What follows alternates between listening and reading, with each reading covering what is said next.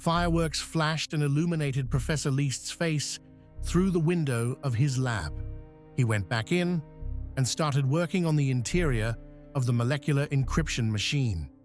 He turned it on. He was sure he'd figured out all the glitches this time, and this time his theory on molecular encryption would be proven.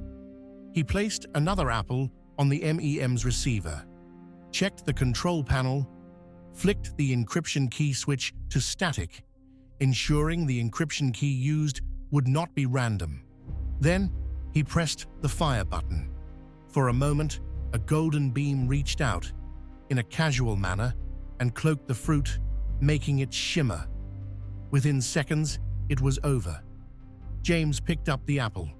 It looked the same, but felt slippery, frictionless.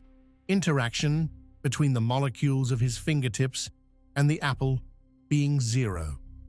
He pulled out his pocket knife and tried to cut the apple. The blade just slipped across its surface. Repeating the encryption process with his knife as the target, this time the blade easily sliced through the apple. James smiled, picked up one half of the apple and threw it.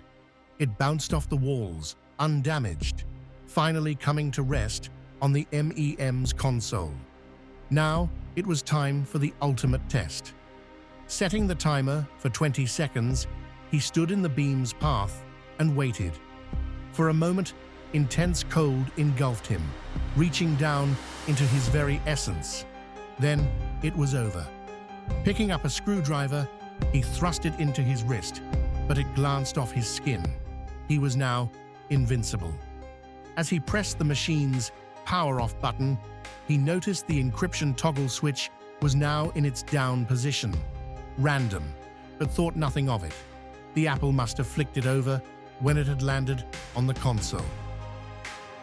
James woke the next morning with an intense thirst, but no matter how much he drank, his thirst would not be sated.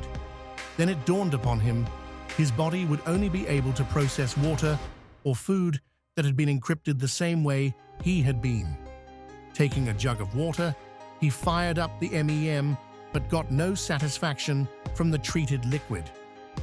"Random," he yelled as he realized what he'd done to himself, knowing he'd never discover the encryption key in the few days his body had left to survive without the vital fluid.